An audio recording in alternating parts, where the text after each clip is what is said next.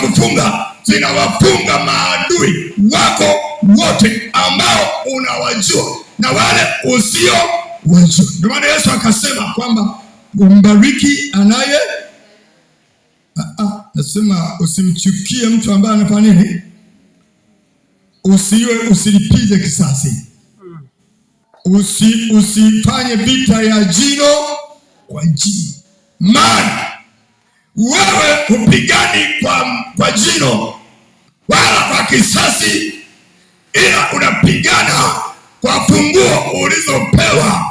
Funguo ulizopewa zinafungua mambo na kufunga mambo mengine hata uyajui, lakini yanafungika, unakaa salama. Wengine wananuna, wengine wakasirika, maana mambo yao wanapojaribu hawakuwezi, kwa sababu umewafunga. Kazi zao hazifanyiki tena. Bwana Yesu asifiwe sana. Piga makofi kwa Bwana. Jina la Bwana libarikiwe wapendwa. Naomba nisikilize nikupe mfano huu. Watu watafiti wanapotafuta hazina au mali za dunia hii, huwa wakigundua kwamba mahala kuna mafuta au dhahabu, huwa wanaenda kwanza, kama kuna pori wanakata miti, wanaondoa miba, kama kuna wanyama wakali, kama kuna nyoka, kuna simba, wanahakikisha pale mahali pamekuwa salama. Halafu wanaendelea kazi ya kuchimba ile miamba, hata kama ni migumu. Lazima wahakikishe kwamba tunatumia vyombo na dhana za namna mbalimbali ili tufikie pale ambapo tumeona ile hazina ya pesa au ya dhahabu au mafuta mahali yalipo. Amina. Hiyo ni ramani ya hazina ya dunia, ramani ya hazina za Mungu, ramani ya baraka za Mungu. Tunaiona katika Biblia ya kwamba kuna mambo ambayo ni ya kwako, umeandikiwa, ila unatakiwa kuyafungua ili yawe ya kwako. Sema amina.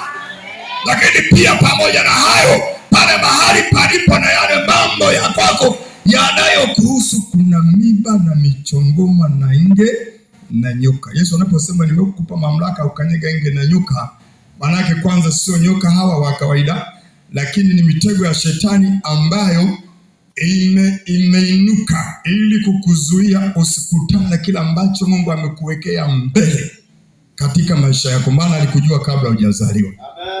Amina, amina.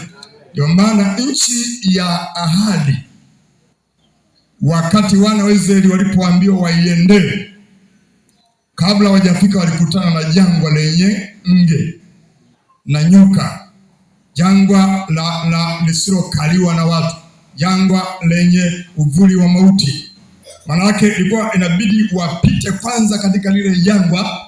Haijalishi kuna nyoka, kuna nge, wazikanyage zile nyoka na nge kwa mamlaka ya kimungu, hata kama zikiwauma, lakini haziwezi zikasitisha ile safari ya kwenda.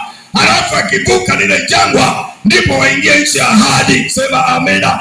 Kadhalika na wewe, kuna mambo ya Mungu ulioandikiwa kabla haujazaliwa kutoka katika tumbo la mama. Maana Efeso 1 inasema Mungu yeye ambaye alituchagua na akatuweka katika ulimwengu wa roho pamoja na Kristo. Ina maana wewe unajulikana na Mungu kwa njia ya roho kwanza kabla hujafanyika mwili. Sema amina.